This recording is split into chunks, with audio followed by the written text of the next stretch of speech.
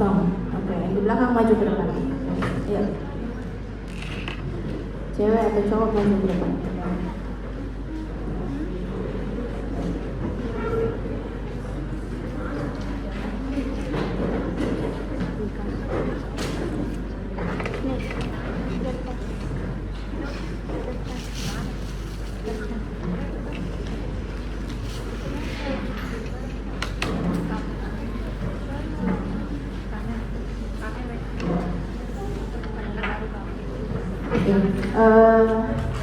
Bismillahirrahmanirrahim. Assalamualaikum warahmatullahi wabarakatuh.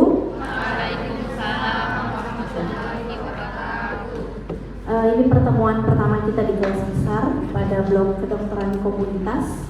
Ada beberapa topik yang insya Allah nanti akan saya sharing kepada adik-adik sekalian. Mungkin pada blok kedokteran komunitas ini berbeda dengan blok-blok sebelumnya, ya. Kalau blok sebelumnya lebih kepada materi penyakit, suatu diagnosa penyakit tertentu, tetapi kalau kedokteran komunitas lebih kepada masalah community yang didapatkan di masyarakat, masalah kesehatan yang nantinya kita harusnya lebih banyak berdiskusi tentang kasus-kasus yang didapatkan di klinik atau di puskesmas atau di masyarakat pada saat kita nanti turun lapangan. Untuk pertemuan hari ini saya coba sharing, ya, diberi amanah oleh koordinator terkait materi program kesehatan reproduksi, ya. Mungkin ini materinya cukup awam, ya. Kalau saya menjelaskan secara detail tentang cash pro pada anak, remaja, lansia itu cukup panjang, jadi ini dipadatkan saja dalam satu kali pertemuan 2 jam pelajaran. Mudah-mudahan bisa dipetik inti pokok dari pembelajaran kita pada hari ini.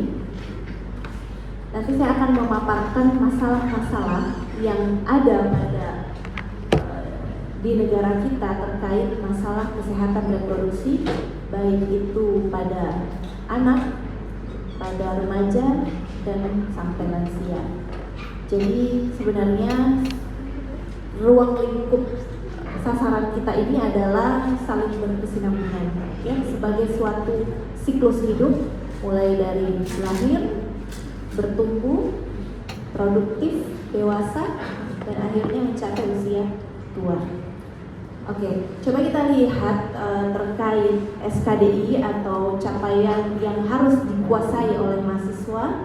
Saya selalu berangkat dari SKDI atau daftar masalah kesehatan yang ada, supaya dari sekalian tahu dan jelas ini pembelajarannya, sasarannya seperti apa.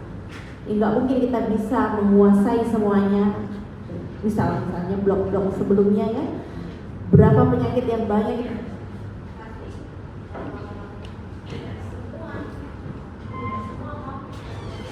bagaimana kita sebagai mahasiswa punya strategi khusus untuk belajar dengan cerdik, ya, lihat kompetensi kita di mana, maka itulah yang harus dipahami lebih dalam. Adapun yang belum menjadi kompetensi kita sebagai dokter umum harus terpapar dan pernah baca tentang istilah tersebut. Nah, kalau kita lihat dalam daftar masalah kesehatan ada kasus-kasus yang berkaitan dengan pola asuh.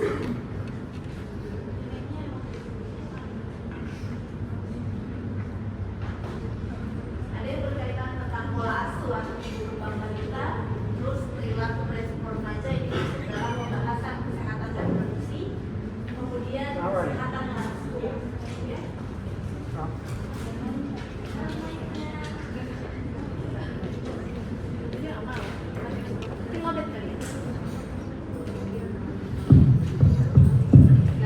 Kalau kita lihat dari capaian pembelajaran mata kuliah, diharapkan mahasiswa mampu menjelaskan masalah kesehatan masyarakat, ya. Jadi saya katakan tadi bahwa bukan penyakit tertentu yang akan kita bahas pada kedokteran komunitas, tetapi lebih kepada kenapa? lebih kepada public health ya, masalah community dengan pendekatan dua aspek. Yang pertama, upaya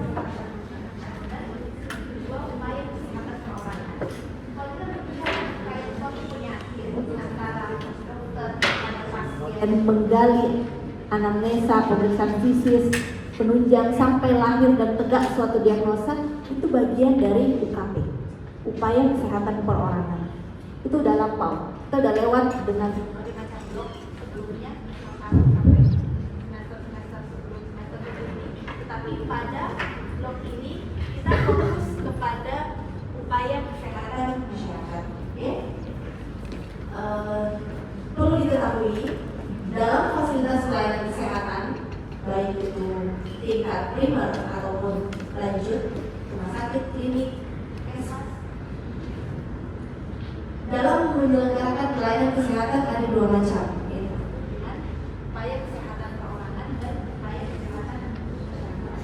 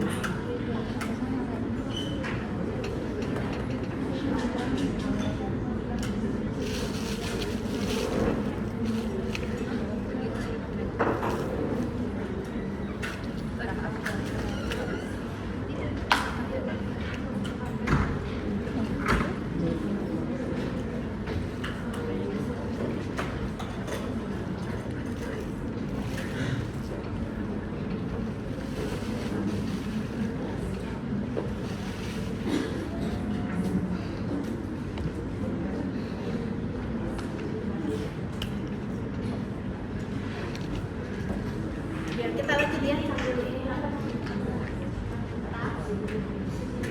Oke, kalau kita lihat tema RPJMN itu rencana pembangunan jangka menengah nasional. Ini masih 2020-2024 untuk dokumen terbarunya tahun 2025. Kalau kita lihat dalam dokumen ini, memang pemerintah pusat fokus kepada peningkatan SDM berkualitas dan berkualitas. Fokusnya tidak hanya SDM secara umum, tetapi juga mengenai aspek kesehatan. Nah, kalau kita lihat dalam rencana pembangunan nasional yang ketiga ini, peningkatan akses dan mutu pelayanan kesehatan sangat diprioritaskan dan sangat menjadi fokus perhatian pemerintah dalam menciptakan derajat kesehatan yang baik untuk masyarakatnya. Jadi, untuk menciptakan pelayanan kesehatan yang baik itu harus dimulai dari siapa? SDM-nya. SDM yang berkualitas seperti ya, adik-adik sekalian ini yang menjadi penerus generasi bangsa. Dan di samping SDM tentu kualitas mutu pelayanan. Nanti secara lebih lanjut topik mutu pelayanan ada waktunya tersendiri. Kemudian kalau kita melihat arah kebijakan ini, peningkatan akses pelayanan kesehatan itu selalu difokuskan kepada kelompok-kelompok yang beresiko. Siapa dia? Anak, ibu hamil, orang yang lebih tua, ya, usia yang lebih tua. Nah, orang-orang seperti inilah, kelompok-kelompok beresiko inilah yang masuk dalam fokus strategi target pemerintah dalam menyelenggarakan pelayanan kesehatan yang lebih baik. Kalau kita lihat lagi breakdown strateginya, mereka sampai menyusun suatu indikator dalam peningkatan kesehatan ibu dan anak, kesehatan keluarga berencana dan cash flow. Diantaranya seperti ini. Ada angka kematian ibu, targetnya harus ditekan serendah mungkin. Data terakhir ini, baseline datanya 305, angka kematiannya masih tinggi. Nah, target 2024 183. Saya belum ketemu data terbaru akhir tahun 2024 ini karena baru peralihan Desember Januari. Harapan kita target angka kematian ibu ini jadi semakin rendah. Nanti akan adik-adik bisa melihat ada perbedaan, kok beda ya target angka kematian ibu berdasarkan WHO dan berdasarkan Departemen Kesehatan Indonesia yang kita tetapkan. Memang ada sedikit perbedaan, lebih longgar angka yang dibuat oleh target yang dibuat oleh pemerintah kita. Kalau WHO targetnya lebih rendah lagi, 70 angka kematian ibu per 100.000 kelahiran hidup. Ya. Nah, kalau Indonesia ini 183. Nah, kalian bisa lihat lagi angka kematian bayi. Indikator-indikator inilah yang digunakan sebagai tolak ukur untuk menilai apakah peningkatan kualitas kesehatan ibu dan anak itu baik atau tidak. Ya. Jadi untuk mengetahui suatu pelayanan bermutu, berkualitas atau tidak, kita nggak hanya sekedar, oh ini bagus, oh ini enggak, ini bagus. Harus ada tolak ukurnya, ya, dan harus ada targetnya, sehingga pada saat dijalankan ada ketidaktercapaian atau ada ketidaksesuaian, itu bisa dicari analisa akar masalahnya seperti apa, penyebabnya seperti apa, sehingga bisa dijadikan suatu pembelajaran agar tidak terulang lagi. Nah, strategi globalnya ya ini juga sama. Jadi kalau kita lihat secara global, kalau tadi secara lingkup nasional, dalam lingkup global ada namanya SDGs, ya, Sustainable Development of Goals. Juga itu mendukung peran bagaimana peningkatan kesehatan ibu dan anak dan kesejahteraan secara umum. Ya, oke. Jadi ini pengantar saja bahwa menyampaikan kepada adik-adik sekalian bahwa peran ibu dan anak itu penting, baik dari lingkup nasional ataupun lingkup global, ya. Nah, sekarang kita lihat definisi dari kesehatan reproduksi itu sendiri.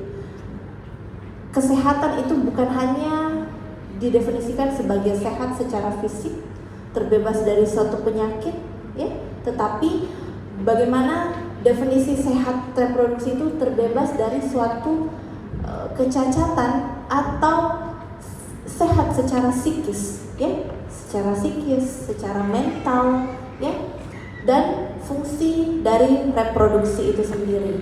Nanti kita akan belajar reproduksi yang dimaksud ini, ya, bukan hanya bagaimana seorang ibu atau wanita melahirkan, ya, tetapi ada juga ruang lingkup reproduksi yang diberikan atau dilakukan kepada seorang anak dan sampai lansia.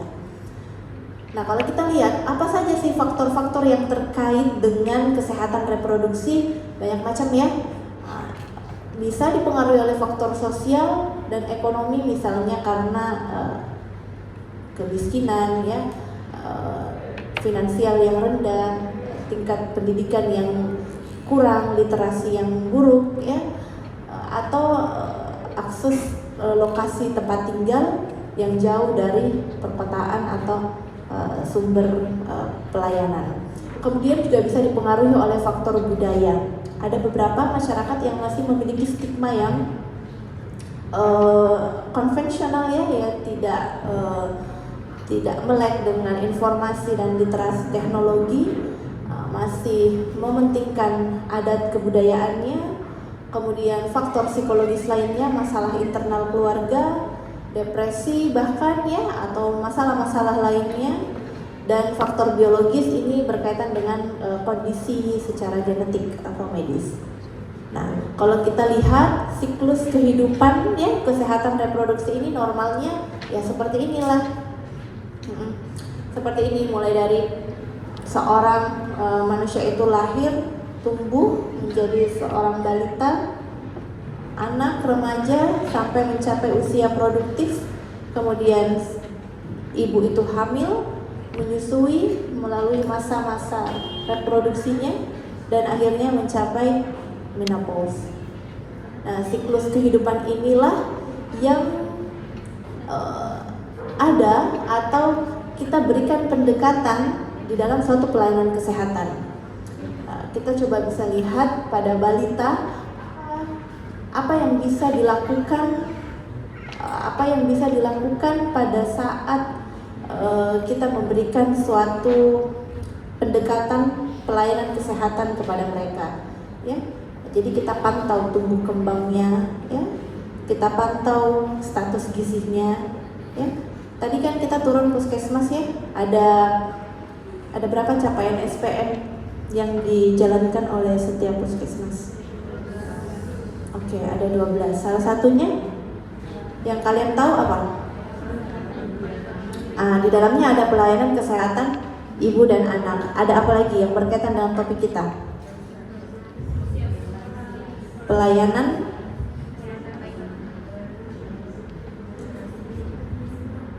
yang berkaitan dengan lansia. Terus apa lagi? Pelayanan kesehatan balita, ya. Ibu dan anak beda dengan pelayanan kesehatan balita. Apalagi pelayanan kesehatan ibu bersalin. Ada cukup? 4 saja? Apalagi? Bayi baru lahir. Ya, jadi itu semua masuk dalam standar pelayanan minimal puskesmas, yang mana memang dianggap itu menjadi suatu fokus yang penting untuk diukur, dijalankan di setiap fasilitas pelayanan kesehatan. Oke, jadi kalau misalnya menyusui, ya, ada program-program yang dijalankan di klinik atau di puskesmas, termasuk bagaimana petugas mendampingi ibu bersalin, ya, bagaimana menjalankan program keluarga berencananya, melakukan pemasangan KB, ya, menjarakkan kehamilan, kemudian sampai seterusnya, ya. Oke. Nah, ruang lingkup, ya, ini yang perlu adik-adik ketahui. Ada 5 ruang lingkup kesehatan reproduksi berdasarkan kebijakan nasional kesehatan. Jadi kalau saya tanya ada apa saja ruang lingkup dari kesehatan reproduksi, itu tidak hanya kesehatan ibu dan anak, tetapi ada program keluarga berencana, program kesehatan reproduksi remaja, program pencegahan dan penanggulangan penyakit menular seksual, dan program kesehatan reproduksi usia lanjut. Ini semua juga diukur dan dijalankan oleh pemegang program yang ada di puskesmas. Ya, jadi kalau kita bicara tentang kedokteran komunitas, memang agak lebih banyak berbicara tentang data, ya. Dari data itulah kita melihat ada suatu gap atau kesenjangan yang mana akan melahirkan suatu rekomendasi atau usulan perbaikan dan kebijakan, baik itu dari tingkat yang paling rendah sampai tingkat yang paling tinggi. Jadi puskesmas itu bertanggung jawab langsungnya adalah ke Dinas Kesehatan Kota. Dinas Kesehatan Kota bertanggung jawab langsungnya ke pemerintah kota setempat, ya. Perbedaannya dengan klinik adalah klinik-klinik swasta itu berdiri secara mandiri, tetapi bukan berarti mengabaikan puskesmas di sekitarnya, karena klinik adalah bertindak sebagai jejaring. Jadi kalau kalian ada yang bekerja nanti di fasilitas pelayanan primer, kan juga harus tahu kondisi-kondisi yang ada di tempat kerja kalian, bagaimana kalian menyikapi tidak hanya menjadi seorang dokter, mengobati, melayani pasien, tetapi ada suasana kerja dari aspek manajemen, ya, yang harus juga diketahui sebagai seorang dokter, ya. Apalagi kalau kalian ditunjuk sebagai bagian dalam struktural, ya, kalian harus tahu yang hal-hal seperti ini. Nah, ruang lingkup kesehatan reproduksi berdasarkan kebijakan nasional tadi itu ada 5, ya. Tetapi kita bagi 2 secara umum. Ada yang kita sebut sebagai esensial, ada yang kita sebut sebagai komprehensif, ya. Yang mana masuk esensial adalah KIA, KB, KRR, dan PMS, ya. Ini yang masuk dalam pelayanan kesehatan reproduksi esensial, artinya dasar, wajib dilakukan. Kalau yang komprehensif, yang menyeluruh, itu biasanya ada yang memasukkan usia lanjut sebagai pelayanan kesehatan reproduksi, ya. Tetapi kalau di puskesmas tidak menjalankan pelayanan itu, is okay, tidak apa-apa. Tetapi yang 4 ini wajib, ya. Nanti juga pada topik saya terkait program puskesmas, ada program yang wajib dijalankan oleh seluruh puskesmas di Indonesia, ada yang sifatnya tambahan, ya, pengembangan. Tergantung ruang lingkup kerja, wilayah kerja puskesmas itu ada potensi, seperti contoh ya, tadi saya kasih contoh sedikit Mangasa. Di Mangasa wilayah kerjanya itu luas dan salah satunya ada rutan di dalam wilayah kerjanya. Maka dalam programnya ada salah satu program namanya program kesehatan jiwa. Itu nggak wajib.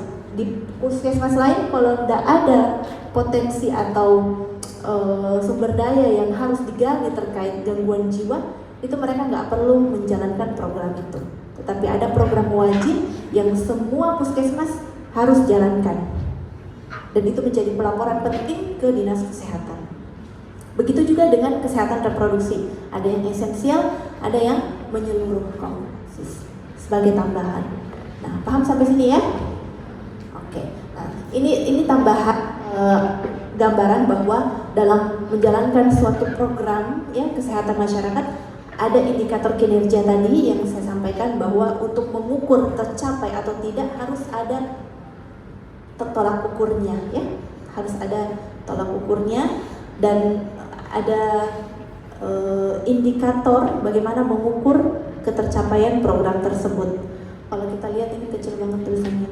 Kalau kita lihat di pembinaan gizi kesehatan ibu dan anak, salah satunya pelayanan kesehatan menilai apakah persentase ibu hamil mendapatkan pemeriksaan kehamilan itu 6 kali lengkap atau tidak ya. Nah, kalau dulu pemeriksaan ibu hamil berapa kali? 4. Sekarang 6 ya. Berapa kali di trimester pertama? 1, 2, 3. Gak paham semua. Kemudian presentasi bayi yang mendapatkan pelayanan kesehatan, presentasi puskesmas yang melakukan pembinaan ke sekolah 4 kali setahun. Jadi ya itu yang selalu melakukan kunjungan ke warga, ke sekolah-sekolah PAUD dasar. Nah itu kerjanya orang-orang puskesmas. Oke. Kita masuk yang pertama. Tadi ada 5 ya, sekarang kita masuk yang pertama, program kesehatan ibu dan anak. Jadi program ini mencakup mulai dari ibu hamil, dia bersalin, dia menyusui, sampai anak balitanya dan prasekolah. Karena kesehatan ibu dan anak, jadi jangan lupa anaknya juga. Anaknya sampai usia prasekolah. Nah, peningkatan capaian pelayanan kesehatan ini kalau tidak disertai dengan perbaikan maka menunjukkan apa? Yang nggak bagus, nggak optimal pelayanan maternalnya. Nah, kira-kira saya mau tanya, apa indikator yang bisa kita nilai untuk mengatakan bahwa oh begini, pelayanan kesehatannya bagus, pelayanan kesehatan ibu dan anaknya bagus nih di suatu klinik, di suatu puskesmas. Kira-kira indikator apa yang kita nilai untuk bisa kita katakan bahwa pelayanan kesehatan ibu dan anak di puskesmas X adalah apa kira-kira? Kunjungan antenatal care, ANC. Oke. Obat apa itu? Obat apa? Magnesium.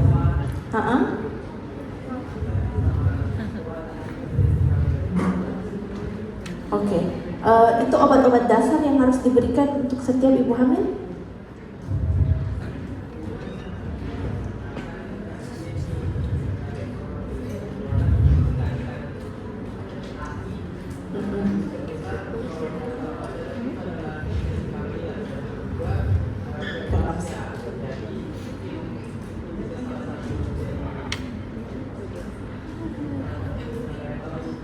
Oke, betul. Ya, beri dulu applause buat teman saya.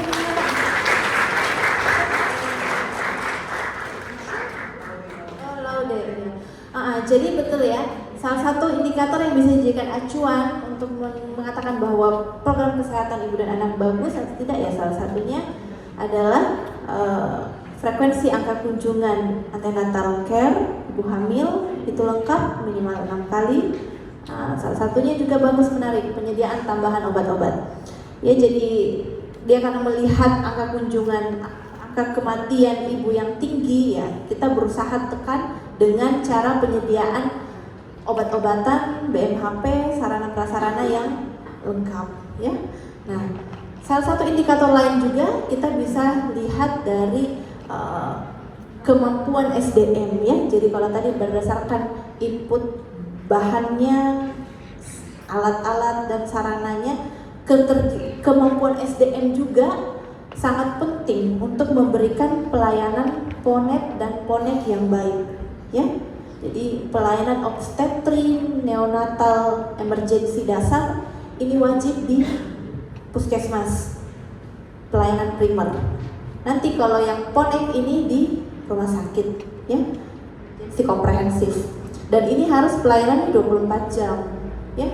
Nah, bahkan ya untuk menekan angka kematian itu tidak hanya dari upaya proaktif yang tadi disampaikan oleh temannya, upaya yang sudah terjadi, misalnya sudah terjadi kematian, itu juga tetap harus dilakukan analisa kasus. Jadi melalui audit kematian, jadi audit perinatal, ya, audit maternal untuk mengetahui penyebab kematian ibu dan bayi baru lahir. Supaya apa? Supaya menjadi evaluasi pembelajaran, lebih pada learning process untuk mencegah kejadian yang sama berulang kembali. Biasanya kita manusia itu lebih sering mengena ke memori kita kalau sudah terjadi kesalahan atau kegagalan dibandingkan belum.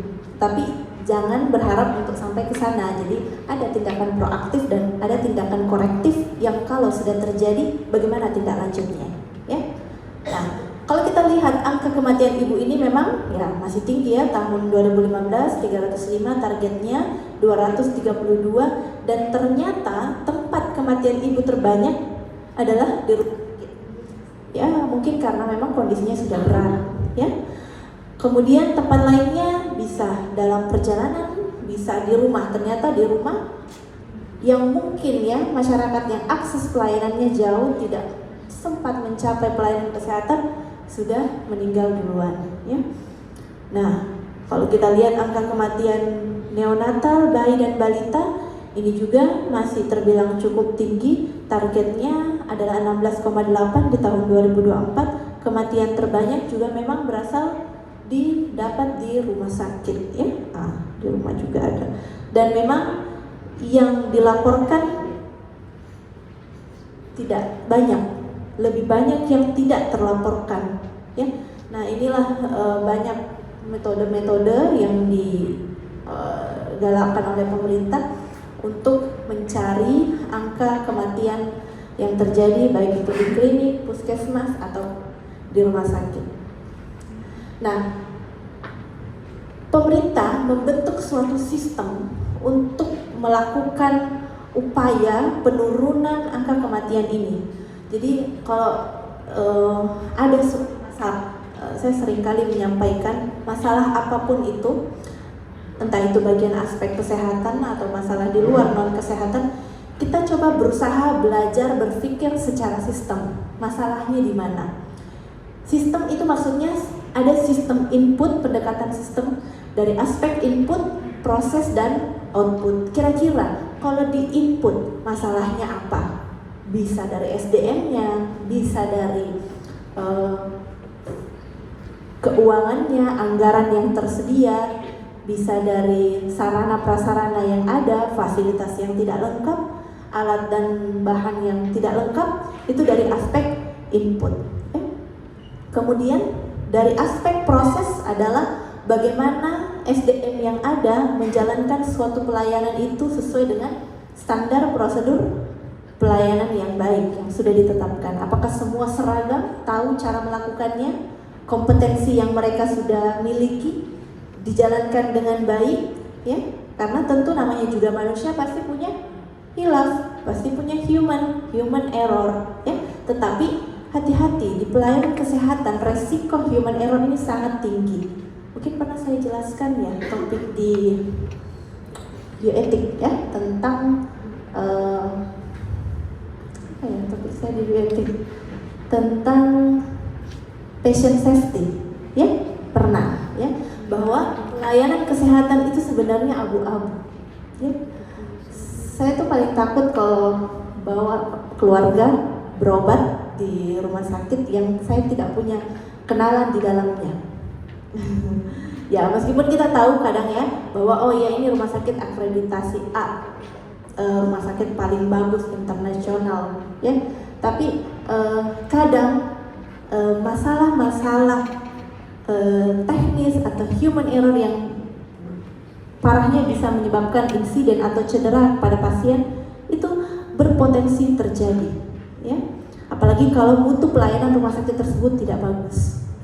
Nah, itulah saya katakan bahwa kita sebagai dokter harus punya kemampuan, ya, tidak hanya secara skill kompetensi, tetapi bagaimana kita taat aturan ketika tempat kerja kita menjalankan pelayanan kesehatan sesuai standar prosedur operasional yang sudah ditetapkan, ya. Jadi meskipun kita menganggap bahwa ya memang karena dokter tuh punya pengalaman beda-beda, dokter B beda-beda melakukan pendekatan kepada pasiennya, ya. Tetapi ada namanya aturan baku, ya, yang kita sebut biasanya sebagai alur kepatuhan klinis atau clinical pathway yang harus dipatuhi oleh dokter, bahwa untuk penyakit ini nggak boleh lama, harus length of stay-nya, masa rawatnya paling lebih 3-5 hari, nggak boleh lebih.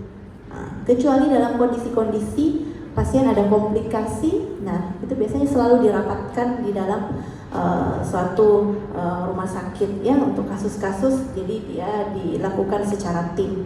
Nah, begitu juga dengan sistem, ya, kita kembali bahwa penguatan secara sistem dalam upaya menurunkan angka kematian itu kita harus berpikir secara input, proses, dan output. Kalau kita lihat di sini, yang kita harapkan adalah derajat kesehatan yang optimal, ya, pelayanan kesehatan yang baik, angka kematian ibu yang rendah. Nah, bagaimana cara menciptakan outcome ini? Maka harus menyediakan layanan yang berkualitas, outputnya harus ada pelayanan yang berkualitas, dibuktikan oleh rumah sakit yang sudah terakui, rumah sakit yang sudah terakreditasi, rumah sakit yang memanfaatkan pelayanan JKN yang baik, ya, seperti itu.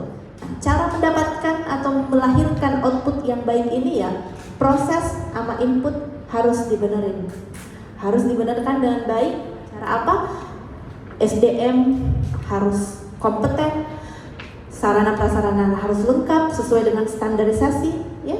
Jadi yang perlu kalian ketahui, ketika kita di rumah sakit tipe A, B, C, itu beda-beda standarisasi alatnya yang harus dipenuhi. Tidak semua rumah sakit harus semua, yang enggak.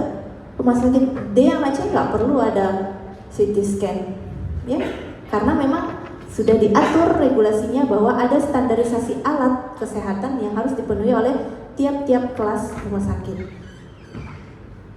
Nah, ya, pokoknya sistem kesehatan inilah yang harus dikuatkan. Begitu juga nanti ketika kalian menghadapi suatu masalah, bagaimana menyelesaikan secara sistem, lihat dari inputnya, lihat dari prosesnya, kemudian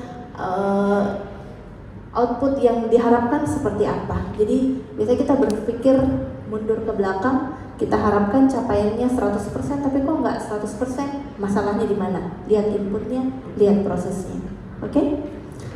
Nah, ini yang saya katakan tadi bahwa SDGs, ya, menyinggung tentang pelayanan kesehatan ibu dan anak ada di nomor 3. Jadi good health and well-being, salah satu tujuannya ada WHO mengharapkan angka kematian ibu itu kurang dari 70 per 100.000 kelahiran hidup. Kalau Indonesia, kita pemerintah targetnya hanya 183, jadi masih agak longgar, ya. Nah, dibandingkan target WHO mungkin ya susah mencapai angka ini. Nah, sekarang kita menyinggung sedikit tentang penyebab kematian ibu. Ibu ada yang meninggal penyebabnya macam-macam. Ada yang secara langsung ataupun secara tidak langsung, ya. Kalau secara langsung itu kondisi medisnya yang membuat perburukan sehingga menyebabkan kematian. Contoh tadi preeklamsi, hipertensi dalam kehamilan, ya, infeksi. Kalau penyebab tidak langsung juga ada. Pernah kenal istilah 3 terlambat dan 4 terlalu? Apa? Kalau 3 terlambat apa? Terlambat memutuskan. Terlambat memutuskan. Terlambat Sebelum terlambat memutuskan, apa lagi? mencapai tempat pelayanan. Mencapai pelayanan. Oke, terus? Terlambat mendapat pelayanan dari fase. Terlambat mendapatkan pelayanan. Oh, saya sudah sama kalian ya. Aduh. Ya, jadi 3 terlambat ini adalah dari aspek ibunya, ya. Jadi kadang keluarga terlalu lama mengambil keputusan. Oh, tunggu dulu neneknya. Oh, tunggu dulu kakeknya. Oh, padahal suaminya yang punya andil yang besar memutuskan ya atau enggak nih ujung. Nah, gitu. Oh, tunggu dulu sana anaknya belum pulang sekolah, macam-macam, ya. Nah, akhirnya kondisi jadi berat. Terus terlambat mencapai tempat. Mungkin sudah memutuskan, sudah mau ke sana, tapi akses pelayanan panjang, jarak tempuh jauh, berkelok-kelok, berbatu-batu, ya, daerah terpencil, ya, tidak sampai ke tempat pelayanan kesehatan. Dan terlambat mendapat pelayanan. Sudah sampai, tapi kalau memang kondisi sudah berat, ditambah lagi petugasnya di rumah sakit jutek, judes, nggak ada alat, nah, tunda-tunda, nah, mati pasien, ya. Oke, terus kalau 4 terlalu itu bisa karena memang kondisi medis ibu terlalu mudah melahirkan, terlalu tua melahirkan, terlalu sering melahirkan, dan dekat jarak kehamilan. Nah, sebenarnya yang seperti ini nih yang kalian harus beri edukasi kepada pasien-pasien nanti, ya, pasien-pasien kita nanti, ibu-ibu yang pernikahan muda atau usia, sekarang udah ada yang 20 tahun, ada yang sudah nikah?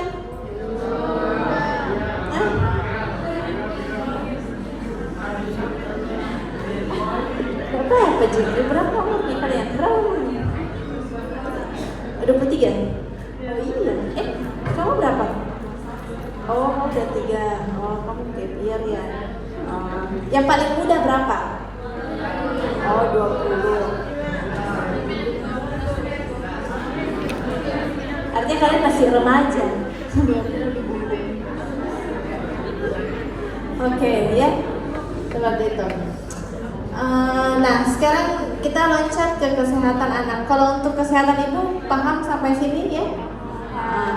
Kasus-kasus yang terjadi di Indonesia seperti apa, masalah kesehatan ibu, ya. Kita loncat ke kesehatan anak.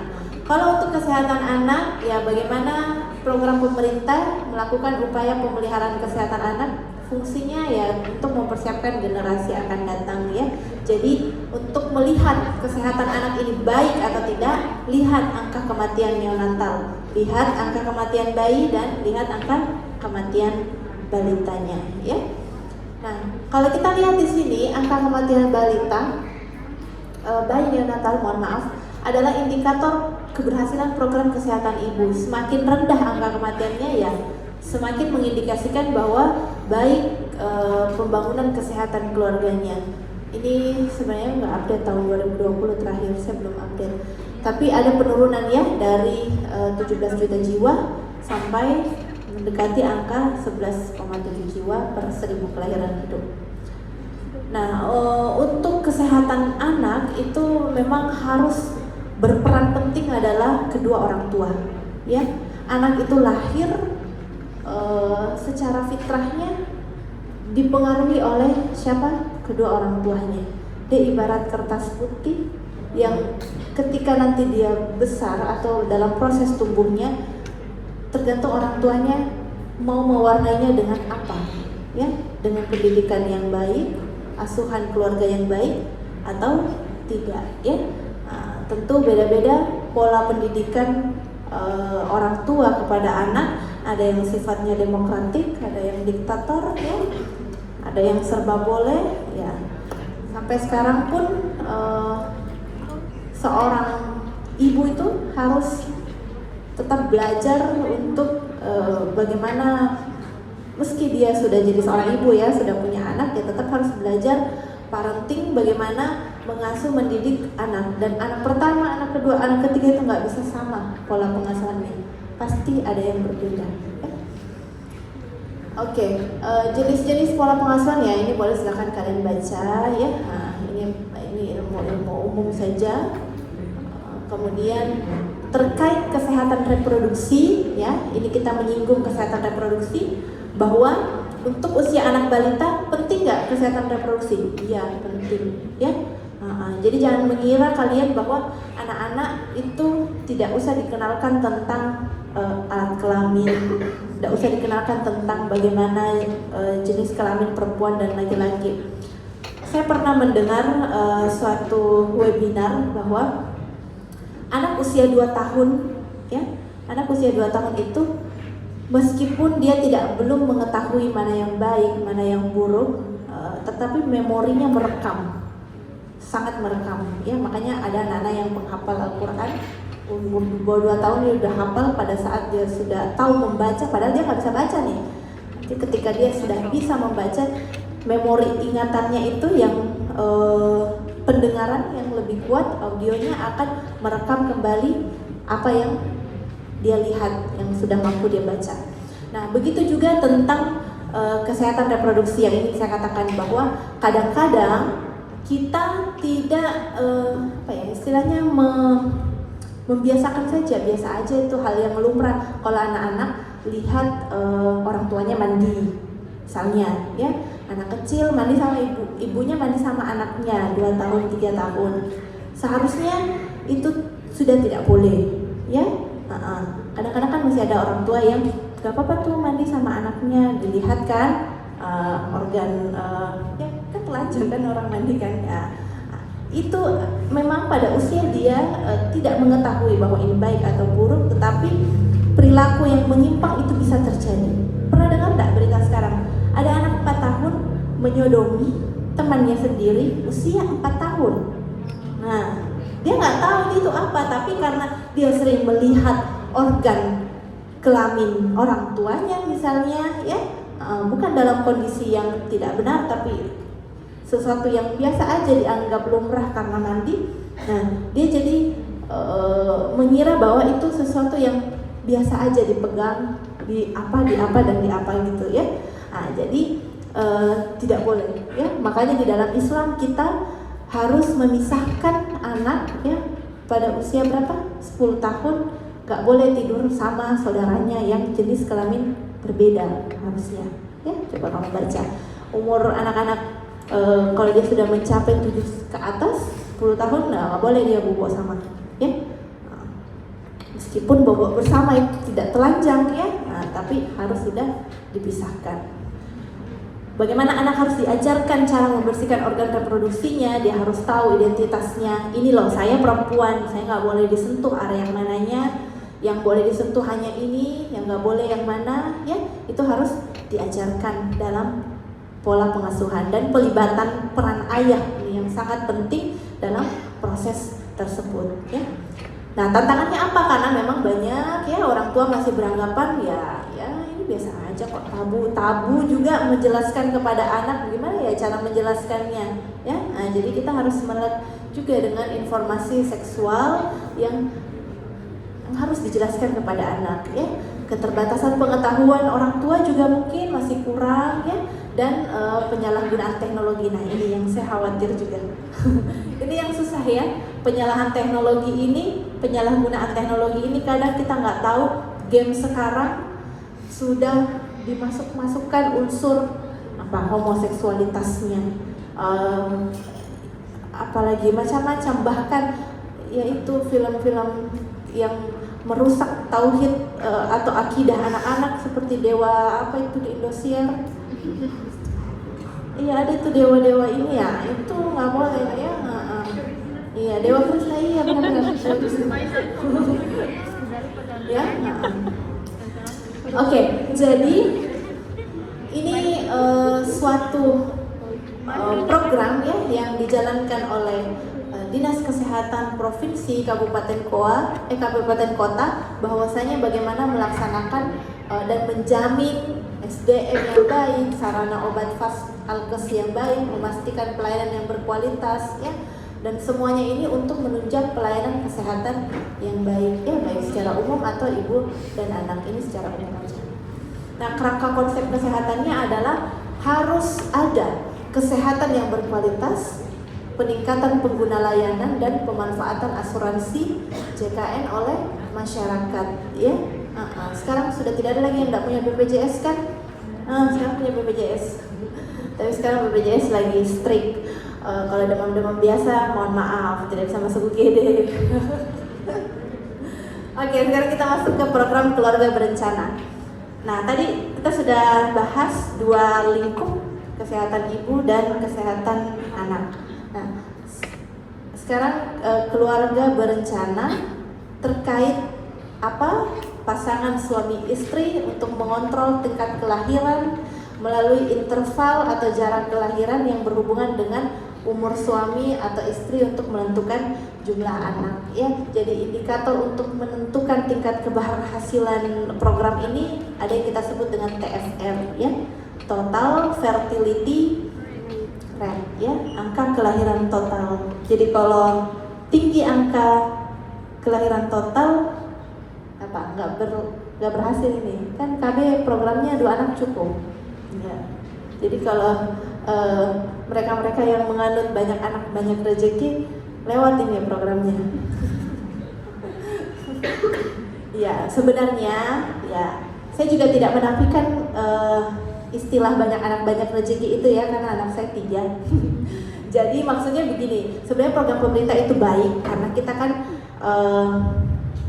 lingkup yang besar, ya. Namanya juga suatu program itu sasarannya bukan cuma individu saja, tapi secara umum bagaimana menekan itu, apa bahayanya kalau terlalu tinggi angka kelahiran, dan bagaimana kondisi ibu yang sering melahirkan. Secara medis itu kita sudah pelajari pada blok repro, bisa terjadi perlekatan, ya, perlengketan adesi plasenta. Jadi nanti punya beresiko bisa terjadi perdarahan hebat kalau terlalu banyak, terlalu sering melahirkan, karena implantasi janinnya sudah di banyak tempat, di korpus anterior, posterior, sini, di mana lagi, nah, gitu kan. Jadi bekas-bekas itu semua yang bisa menyebabkan terjadinya potensi perlengketan. Jadi biasanya uterusnya tidak kontraksi setelah bayi dilahirkan, ya, atonia uteri, ya, banyak lagi kondisi-kondisi yang menyebabkan sebenarnya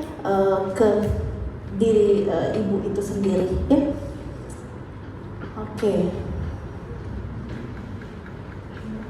Nah, ini angka kelahiran total fertility rate Indonesia tahun 2020 berdasarkan data dicatat bahwa ada 2,1 angka yang tercatat pada tahun 2022, ya. Ini kok data grafiknya 2022, artinya ada rata-rata 1 perempuan di dalam negeri melahirkan 2 orang anak selama masa suburnya. Ini normal, ya. Nah, sedangkan kalau pada tahun TFR 1960, kalau 5,67 artinya apa? Dalam 5 perempuan dan dia melahirkan 5 anak, ya, setiap masa suburnya, ya. Ini dulu, ya, setiap melahirkan 5 anak. Nah, ini zaman dulu, ya, tahun dulu. Sekarang sudah tidak, angkanya sudah menurun, ya, rata-rata cuma 2 anak, 2-3 anak, ya. Nah, sekarang kalau kita lihat masih ada banyak nggak ibu-ibu melahirkan sampai 7-8 anak, ya, kecuali dokter Suma. Suma banyak anaknya. 7, ya, rata-rata sekarang 3, 4, ya, 3, 4, ya, ada yang cuma 1. Program kesehatan reproduksi remaja. Sekarang kita lanjut ke KRR. Nah, kalau untuk KRR ini, ya, tadi mulai dari peralihannya masa anak menjadi dewasa. Jadi ada fasenya yang kita sebut dengan fase pubertas, di mana fase ini adalah pematangan organ reproduksi individu, bisa dilihat dari perubahan fisik, ya, karakter seksual primer dan sekunder. Nah, kalau kita lihat dari definisi remaja itu macam-macam. Ada yang sampai 18 tahun, ada yang sampai 24, ada yang sampai 20, 19, tapi biasanya kalau di Departemen Kesehatan Anak, ya, pediatri sampai umur 18 tahun. masih dianggap anak, di atas itu sudah dewasa. Nah, apa definisinya ya? Sama saja ya, jadi bahwa kondisi sehat yang tidak hanya sehat bebas dari penyakit, tetapi secara mental, sosiokultural, ya. Apalagi remaja masa curious-nya, rasa ingin tahunya sangat tinggi, jadi mereka harus dibekali dengan literasi informasi yang baik tentang kesehatan reproduksi. Jadi di sini karena ada yang 18 tahun, ada? Tidak ada? 20. Nah, kalau kita lihat definisi ini ya masih dianggap remaja Anda ya. Remaja akhir ya, remaja akhir yang akan mencapai masa dewasa ya. Oke.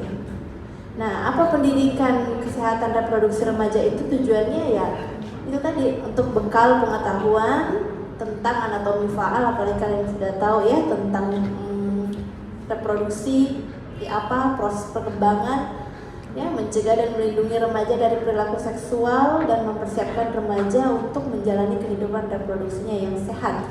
Intinya yang berjawab untuk persiapan fisik kelak nanti kalau berkeluarga ya. Bukan berarti juga karena sudah tahu biasanya ada tuh yang menyimpang ya.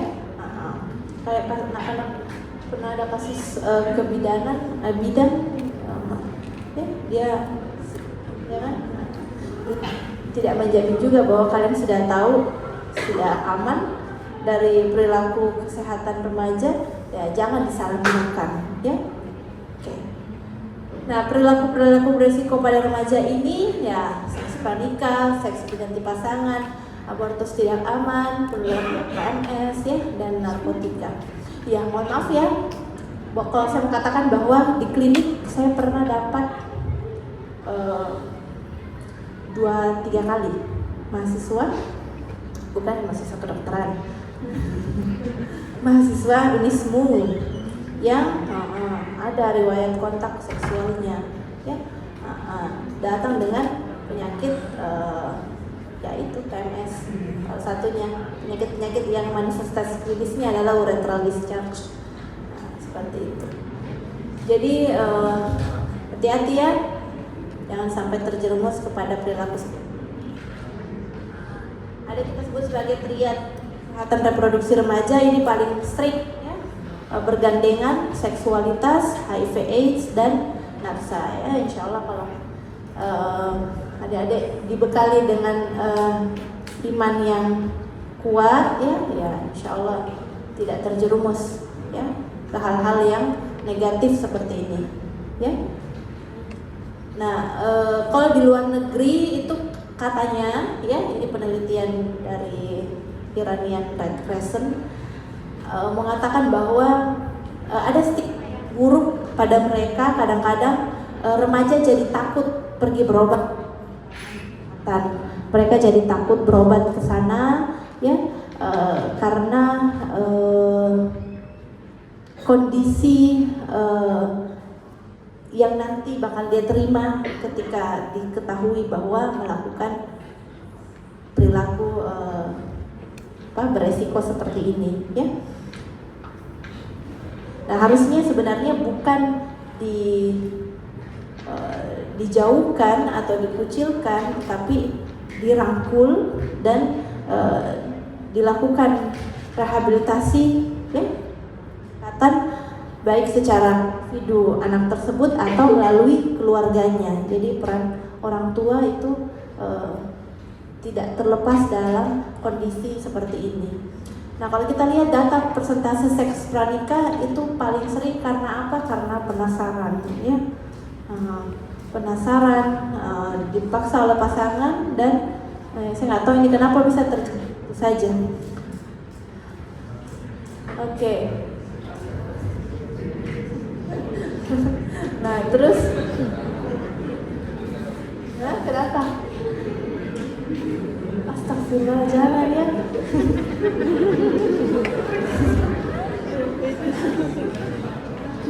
Tapi yang kayak gini tuh biasanya bermula dari apa? Bukan.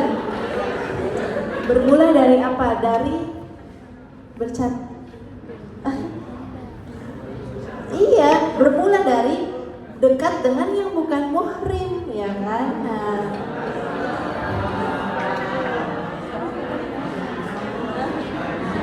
iya, beneran. Kalau memang mau serius, gak usah pacar-pacaran, langsung ta'aruf nikah, ya kan?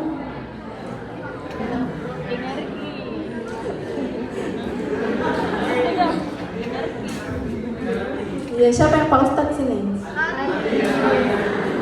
Astaga, kayaknya ada tampang-tampang Ustadz.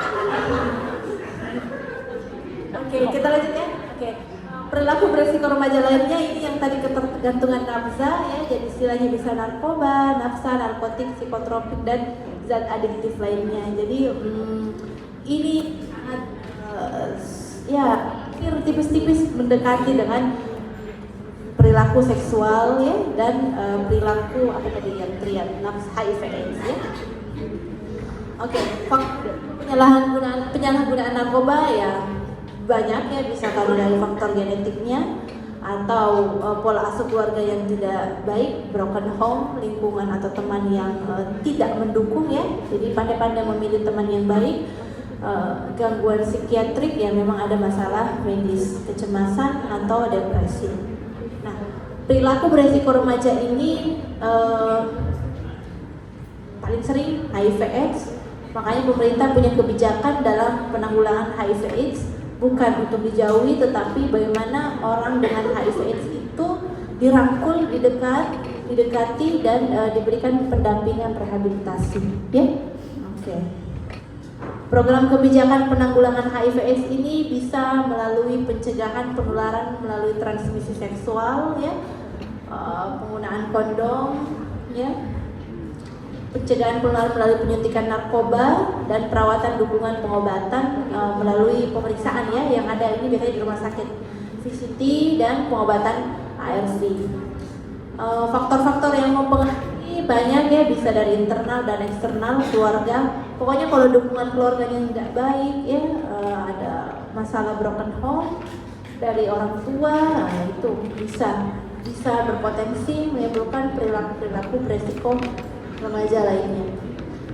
Oke, di rumah sakit atau di klinik ada memang puskesmas yang fokus juga menyelenggarakan program reproduksi remaja.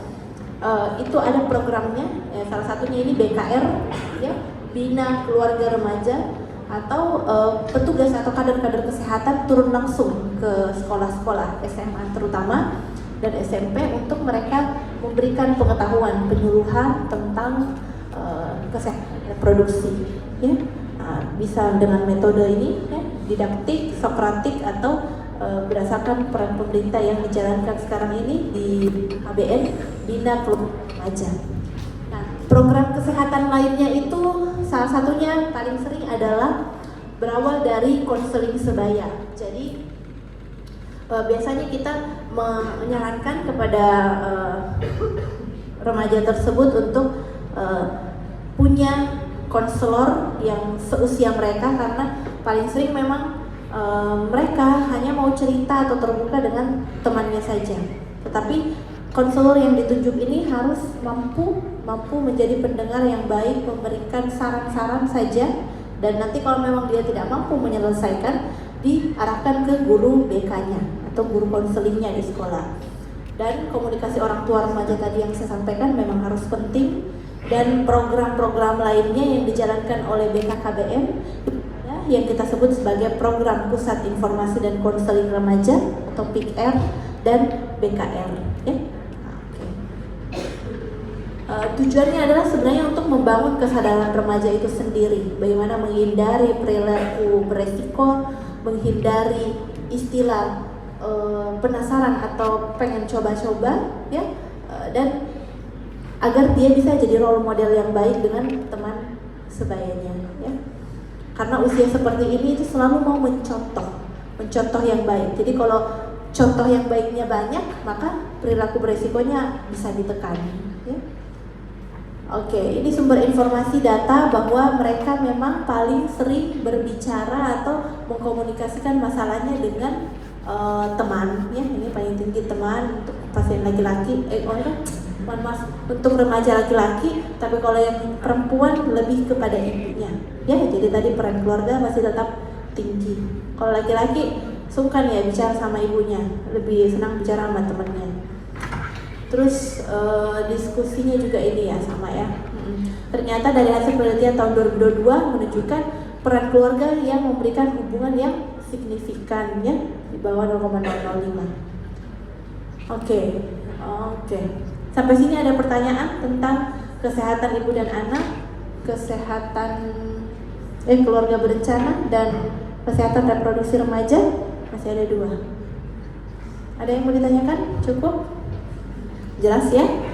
Oke. Nah, yang terakhir program kesehatan reproduksi usia lanjut. Oh ya, ini yang terakhir. Jadi ketika sudah menjalani fase anak, balita, dewasa, remaja, dewasa, kita akan masuk pada fase ini juga semua. Nah, untuk usia lanjut jangan salah, mereka juga ada program kesehatan reproduksinya. Seperti apa? Program kesehatan reproduksi remaja, bagaimana ibu atau usia lansia ini mampu atau siap untuk menghadapi masa menopausnya. Kadang-kadang terutama ibu tuh yang nenek-nenek, oh saya nggak terima nih, wah saya sudah tua, sudah mencapai masa menopause ya. Di situ pendekatan kita sebagai petugas kesehatan untuk memberikan konseling dan edukasi ya terkait kesehatan reproduksi, bahwa memang ini normalnya akan menjalani seperti itu, dan bukan berarti menopause itu ya kita sudah tidak bisa ngapa-ngapain ya. Banyak kegiatan aktivitas lain yang masih bisa dilakukan, dan memang ya perlu dipahamkan bahwa usia lanjut itu ya secara normal bahwa ada terjadi perubahan baik itu secara biologis, fisik, ya, psikis ataupun sosial, bahkan spiritual, ya. Nah, banyak ya penyebabnya masih belum pasti, ya. Kenapa kita bisa menua ya, memang adalah alamiahnya ya suatu proses perjalanan secara normal, ya.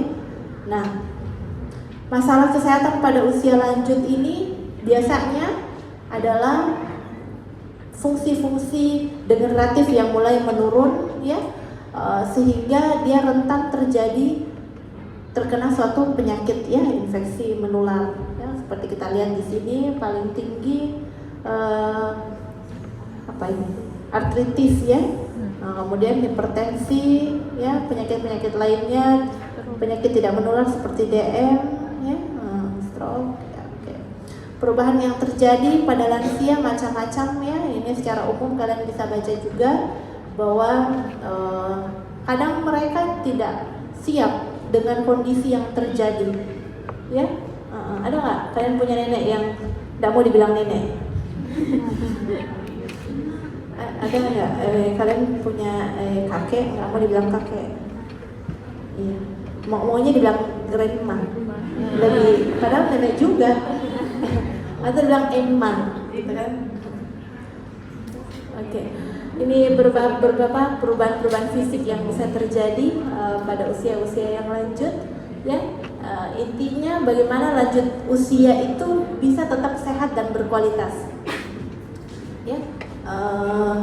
Kalau di negara-negara maju, mereka punya program tuh, bahkan di rumah sakit ada poligeriatri. Kita di sini juga ada sih mereka spesialis penyakit dalam yang ambil subspesialis geriatri ya, tapi itu berfokus kepada kondisi-kondisi medisnya ya, dengan komorbid penyakit-penyakit lainnya. Nah, itu diselesaikan oleh dokter spesialis penyakit dalam subspesialis geriatri. Nah, kesehatan reproduksi pada lansia menopause ini ya yang harus dipersiapkan adalah bagaimana mereka akan menghadapi menopause ya, dengan makanan bergizi, diberikan konseling edukasi, kurangi stres ya, tidak merokok lagi, alkohol ya untuk laki-laki, kemudian dukungan moral keluarga dan kunjungan rutin ke pusat layanan kesehatan. Upaya-upaya yang bisa dilakukan ya berikan konseling saja, edukasi bahwa ikhlas memang menerima kondisi sudah terjadi, ya bagaimana masih tetap bisa beraktivitas ya secara produktif, ya minimal tidak bengong duduk aja di dalam rumah ya. Kemudian diajak jalan keluar, hubungan seksual juga ya mungkin sudah tidak seperti masa muda lagi, ya banyak cara yang bisa dilakukan ya. Ataupun sampai melakukan hormon and estrogen pengganti ya, terapi sulit. Nah, jadi pelayanan kesehatan lanjut usia itu tadi saya bilang ada poli tersendiri, poli tergantung nanti kondisinya ringan, sedang atau berat. Jadi tentu aspek yang dilakukan ya adanya di sini rehabilitatif dan paliatif ya. Oke, ini general health continuum care bahwa pemerintah kita juga fokus dan concern kepada geriatri ini. Mereka menyediakan posyandu lansia ya di desa dan di kota. Kemudian ada poliklinik geriatri di tiap rumah sakit yang saya katakan tadi. Jadi poliklinik geriatri biasanya adanya di rumah sakit kelas A. Wahidin ada. Rumah sakit swasta yang kelas C juga ada, namanya Hermina ya. B ada. Kemudian tapi jarang ya. Rumah sakit kelas C, D itu jarang ada poliklinik geriatri ini. Biasanya rumah sakit rujukan, seminar-seminar lansia ya, dan pengembangan hospitium atau perawatan lansia dengan penyakit kronik atau terminal. Saya mau cerita sedikit tentang geriatri. Waktu saya benchmarking ke Jepang, rumah sakit di sana itu namanya Hiroshima Prefectural Hiroshima Prefectural Hospital. Jadi dia rumah sakit pendidikan, ada juga rumah sakit pemerintah kayak Labuang Baji lah di sini, rumah sakit provinsi. Mereka ada khusus pelayanan cancer. Jadi saya lihat di sana nenek-nenek tua itu tidak seperti nenek tua kita di Indonesia. Mereka main piano di rumah sakit, mereka merajut, mereka painting, ya. Jadi disediakan sarana rumah sakit tersebut menyediakan ada unit khusus di rumah sakit itu, satu lantai menyediakan pelayanan cancer atau pelayanan yang terminal, ya, yang sudah end stage, ya, terutama usia-usia lanjut ini, agar mereka masih tetap bisa merasakan kualitas hidup yang baik. Kalau kita udah end stage ya sudah terima nasib di rumah mungkin, ataupun di rumah sakit dengan kondisi yang kayak gimana begitu kan. Tapi mereka tidak, mereka dengan wajah raut bahagia, mereka merajut, mereka painting. Jadi kita ikut tanya-tanya, ngapain nek? Bahasa Inggris ya maksudnya. Kayak gitu. Dan fasilitas rumah sakitnya memang bagus ya. Kalau di sana dia adalah rumah sakit pemerintah, ibaratnya kayak di sini Labuang Baji atau rumah sakit haji, bersihnya di atasnya Siloam. Bersihnya di atasnya Siloam. Ya, jadi mereka pelayanan rumah sakitnya itu ada kayak antrian di kafe biasa, gacor pakai bunyi baru datang ambil kan. Nah, gitu. Jadi kita kalau kita antri poli, kita nggak mesti harus duduk depan polinya, depan ruangan dokter. Kita bisa jalan-jalan ke rooftop, bisa jalan-jalan di area rumah sakit. Yang penting tidak keluar dari rumah sakit. Kalau sudah mendekati antriannya, nanti ada warning. Jadi 2 kali warning, mendekati antrian pas sama antrian masuk. Jadi kita pegang ini, jadi nggak bosan menunggu di rumah sakit. Tuh sekilas ini intermezzo tentang pelayanan yang saya lihat di rumah sakit Hiroshima Hospital di sana. Nah, kalau di kita ya kendala-kendala yang dihadapi lansia banyak ya, kasihan. Ada yang bahkan sudahlah masuk di panti jompo, tapi jangan sampai ada nenekmu kau kasih masuk di panti jompo, dosa betul banget. Nah, itu karena pengetahuan lansianya yang rendah tentang manfaat posyandu, jarak rumah juga yang jauh dari posyandu, kurangnya dukungan keluarga, dan mungkin ya ada sikap yang kurang baik dari petugas ke usia pasien-pasien lansia ini. Jadi yang mau saya katakan bahwa segala masalah kesehatan ibu, bayi, anak kesehatan remaja, ada program kesehatan yang diberikan oleh pemerintah yang kita sebut dengan continuum of care. Continuum of care ini adalah pelayanan yang terintegrasi, mulai pasien itu hamil sampai melahirkan anak, bagaimana pendekatannya pada anak tersebut, bayi balita, sampai dia tumbuh remaja dewasa dan mencapai usia lansianya. Jadi pelayanan ini kondisi siklus hidup ini dilakukan pendekatan pelayanan kesehatan baik di tingkat primer ataupun sekunder dan tersier di klinik, di rumah sakit, di puskesmas ataupun di rumah sakit Dan pelayanan ini tentu tidak hanya fokus kepada kesehatan saja, tetapi melibatkan lintas sektor lainnya. Jadi kalau dalam menurunkan angka kematian ibu dan bayi, maka perlu juga intervensi dari Institut Kementerian Pendidikan untuk bagian anak keluarga berencana, Badan POM untuk obat-obatan, BKKBN dan lintas sektor pemerintah lainnya. Tidak hanya fokus kepada organisasi Kementerian Kesehatan saja. Kesehatan saja pun dia harus bekerja sama dengan organisasi profesi lainnya, kebidanan, anak, dan lain-lainnya. Konsep integrasi pemberdayaan kita di Indonesia ini kita sebut dengan Germas Ini masih terpakai nih tagline-nya. Gerakan Masyarakat Bersih. Bukan.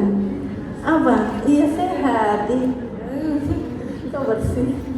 Gerakan Masyarakat Sehat Jadi kesimpulannya, untuk kesehatan reproduksi ini pasien individu harus bisa sehat, tidak hanya secara fisik tapi mental dan sosial Dan dalam menjalankan sistem reproduksi itu bagaimana secara psikis itu tidak terganggu dan secara medis juga tidak mengalami suatu kelainan atau terbebas dari suatu penyakit. Dalam menjalankan dan mewujudkan itu, maka perlu ada program yang terintegrasi, kita sebut sebagai continuum of care dan melibatkan sektor-sektor lainnya.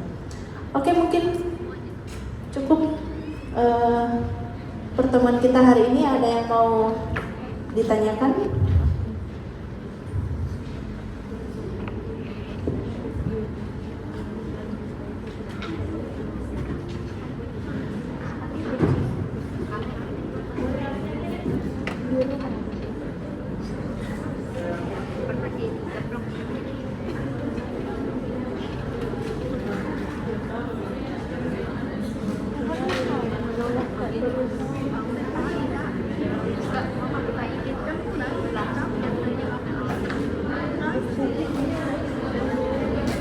Kalau jadi saya mau